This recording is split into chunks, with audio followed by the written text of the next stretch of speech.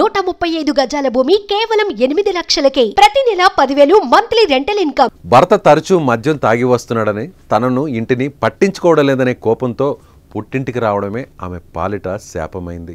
భర్తతో గొడవపడి అలిగి పుట్టింటికి వచ్చిన ఓ ఇల్లాలు ఇంకా ఎప్పటికీ తిరిగిరాని లోకాలకు వెళ్లిన విషాద ఘటన అల్లూరి సీతారామరాజు జిల్లాలో చోటు చేసుకుంది.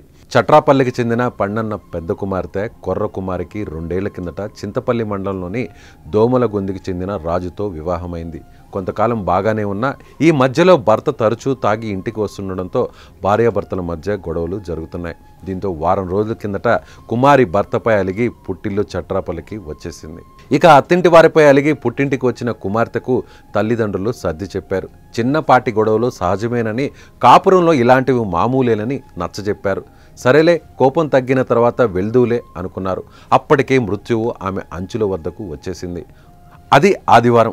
భారీ వర్షం ఆ ఊరును కమ్మేసింది. చిమ్మ చీకటి, ఏమీ కనిపించని పరిస్థితి. ఈ సమయంలో ఇంట్లో నిద్రిస్తోంది కుమారి. అలా నిద్రలోకి జారుకున్న కొద్దిసేపటికే భారీ శబ్దాలు, విరిగిపడిన కొండ చీరలు అమాంతం ఇళ్లపై పడిపోయాయి. ఏమి జరుగుతోందని తెలుసుకునే లోపే ఇంట్లో నిద్రిస్తున్న కుమారి నిద్రలోనే కన్నుమూసింది. ఇక కుమారి మృతితో చట్రాపల్లి గ్రామంలో విషాద ఛాయలు అలుముకున్నాయి. రాక పుట్టింటికి వచ్చిన కుమార్తె మృతి చెందడంతో తల్లిదండ్రులు కన్నీరు మున్నీరుగా విలపిస్తున్నారు. ఇక భారీ వర్షాలు, విరిగిన కొండ చీరలు చట్రాపల్లి గ్రామాన్ని కోలుకోలేని దెబ్బతీశాయి.